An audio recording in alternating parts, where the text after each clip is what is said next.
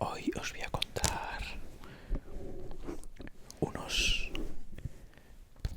cuentos para reflexionar que he encontrado. A ver, ¿qué tal están? Bueno, comenzamos. La rosa y el sapo. Este es uno de los cuentos cortos para reflexionar que nos habla acerca del equilibrio. Cuenta que esta era una rosa roja y todo el mundo comentaba que no había flor más bella que esa en el jardín. La rosa se emocionaba cuando la halagaban, sin embargo quería que la vieran más de cerca y no entendía por qué todos la observaban a distancia. Un día notó que a sus pies siempre estaba un enorme y oscuro sapo. En verdad no tenía nada de guapo, con su color opaco y sus feas manchas. Además sus ojos eran demasiado saltones, asustaban a cualquiera. La rosa comprendió que la gente no se acercaba debido a este animal. De inmediato le ordenó al sapo que se marchara. No se daba cuenta de que le daba mala imagen. El sapo, muy humilde y obediente, aceptó de inmediato. No quería incomodarla y entonces se marchó lejos. A los pocos días la rosa comenzó a deteriorarse. Sus hojas y sus pétalos empezaron a caerse. Nadie quería mirarla. Pasaba una lagartija cerca y vio a la rosa llorando. Le preguntó qué le pasaba y ella contestó que las hormigas estaban acabando con ella.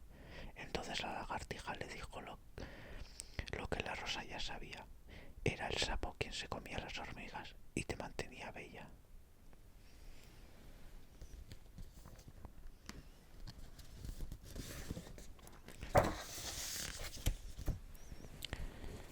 Cuento número 2.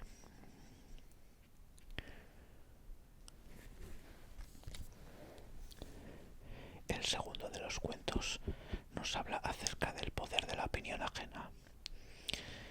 Dice que había un gran grupo de ranas que siempre iba a divertirse al bosque. Todas cantaban y saltaban hasta que caía la noche. Permanecían muertas de la risa y nada las separaba. Un día, en su salida acostumbrada, fueron a conocer un bosque nuevo. Estaban en sus juegos cuando 3 de ellas cayeron en un profundo foso, del que ninguno se había percatado. Las restantes se conmocionaron, miraron hacia el fondo del foso y vieron que era demasiado profundo. Las perdimos, dijeron. Las 3 ranas caídas intentaron subir por las paredes del foso, pero era muy difícil. Apenas avanzaban 1 metro y volvían a caer. Las demás comenzaron a comentar que sus esfuerzos eran inútiles. ¿Cómo iban a lograr escalar una pared tan alta? Era mejor que se resignaran, no había nada que hacer. 2 de las ranas escucharon esos comentarios y comenzaron a rendirse. Pensaron que las demás tenían razón. La tercera rana, en cambio, siguió subiendo y cayendo, pero tras un par de horas consiguió salir a la superficie. Las demás estaban asombradas. Una le preguntó cómo lo lograste, pero la rana no contestó. Era sorda.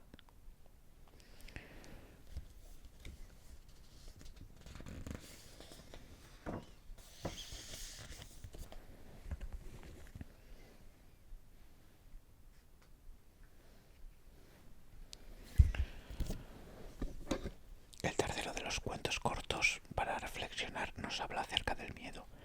Comienza en una hermosa sabana africana en donde un león se había perdido de su grupo. Llevaba ya 20 días caminando de un lado para otro y no encontraba a los suyos. Tenía hambre y sed, pero también mucho miedo al verse solo. Por fin divisó en un estanque de agua fresca. Inmediatamente corrió hacia él con todas sus fuerzas. Estaba muerto de sed y necesitaba a toda costa tomar un poco de líquido vital. Sin embargo, al llegar a la orilla vio sobre las aguas la imagen de un león sediento. Entonces se retiró. El estanque ya tiene dueño, pensó. Esa noche se quedó cerca de allí, pero no se atrevía a ir de nuevo al estanque. Si aparecía el león, que era dueño del lugar, seguramente lo atacaría por meterse con su propiedad. Y él no estaba en condiciones de enfrentarse a nadie. Pasó un día y el sol quemaba. Ya era tanta la sed que el león decidió arriesgarse. No aguantaba más. Así que se acercó cautelosamente al estanque y al llegar a la orilla vio de nuevo al león. Era tanta su sed que no le importó. Metió la cabeza para tomar el agua fresca. En ese momento el león desapareció. Había estado viendo solo su reflejo. Así son los miedos, desaparecen cuando los enfrentamos.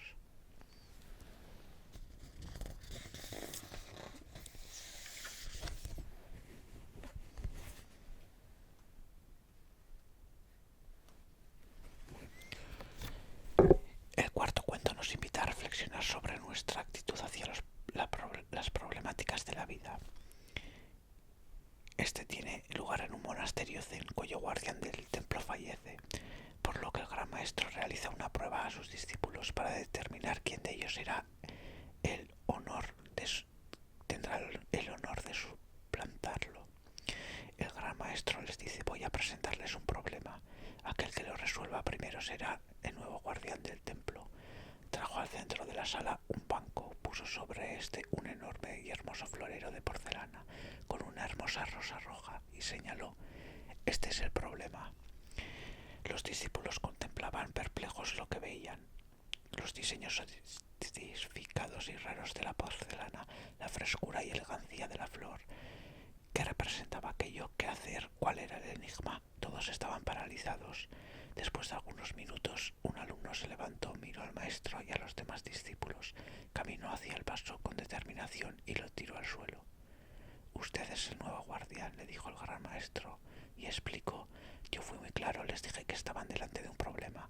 No importa qué tan bellos y fascinantes sean, los problemas tienen que ser resueltos.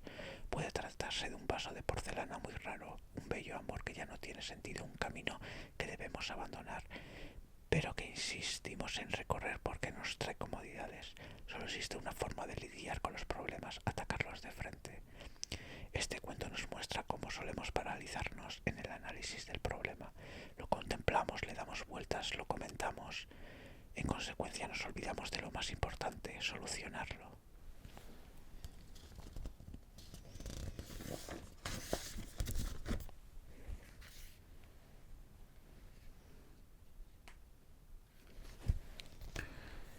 El siguiente cuento nos invita a reflexionar sobre el trabajo y nuestro desempeño diario dentro del mismo. El relato es el siguiente. En cierta ocasión, un joven llegó al campo de leñadores con el propósito de obtener trabajo. Habló con el responsable de este y, al ver el aspecto y la fortaleza de aquel joven, lo aceptó sin pensárselo y le dijo que podía empezar al día siguiente. Durante su primer día en la montaña trabajó duramente y cortó muchos árboles. El segundo día trabajó tanto como el primero, pero su producción fue escasamente la mitad del primer día. El tercer día se propuso mejorar su producción. Desde el primer momento golpeaba el hacha con toda su furia contra los árboles.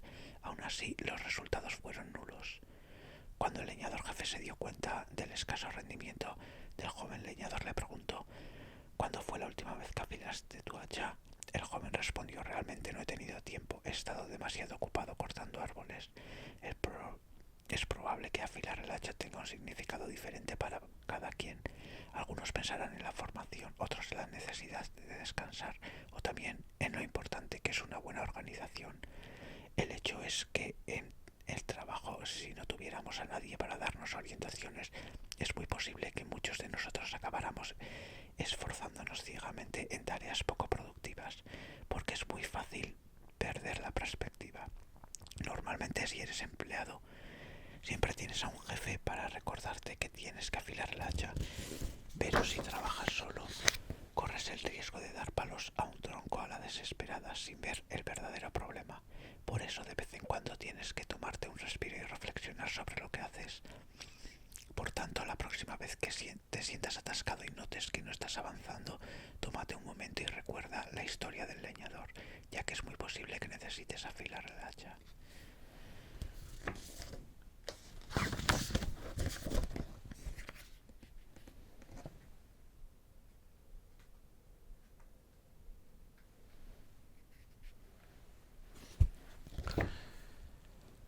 Acuérdate de soltar el vaso.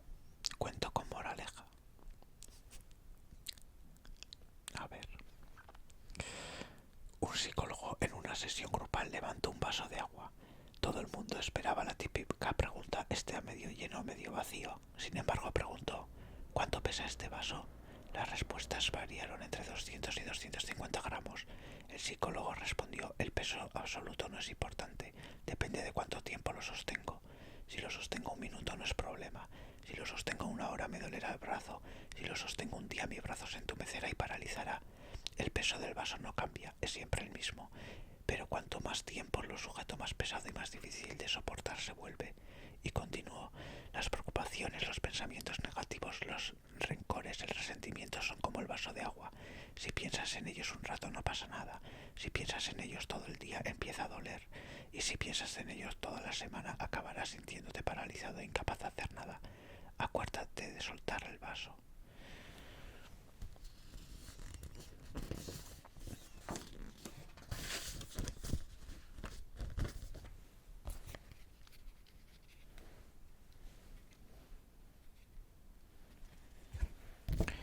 Un estudiante, tú gobernarás tu mente, no tu mente a ti. Un estudiante de Zen se quejaba de que no podía meditar. Sus pensamientos no se lo permitían. Habló de esto con su maestro diciéndole, maestro, los pensamientos y las imágenes mentales no me dejan meditar. Cuando se van unos segundos luego vuelven con más fuerza. No puedo meditar, no me dejan en paz.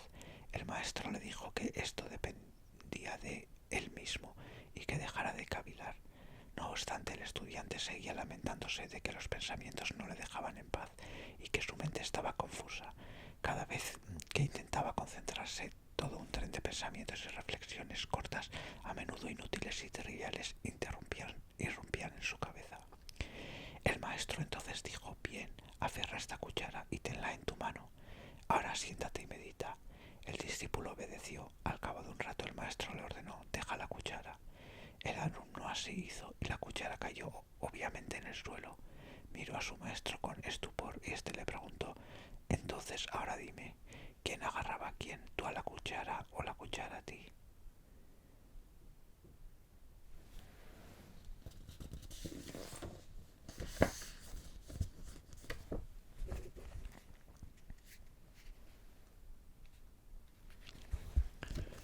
Y para terminar, el último, el bambú japonés.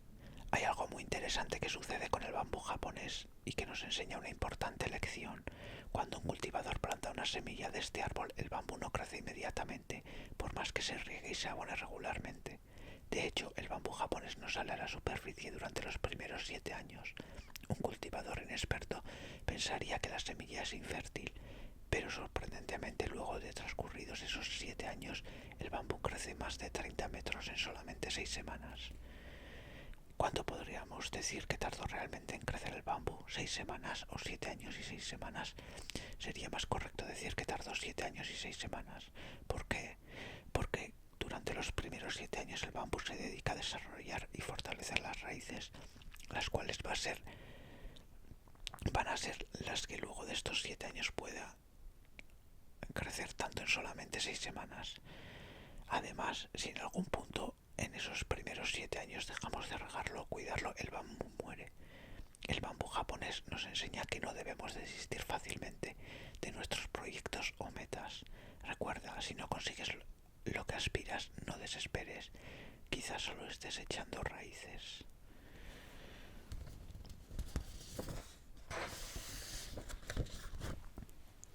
Y con esto acabamos la sesión de hoy.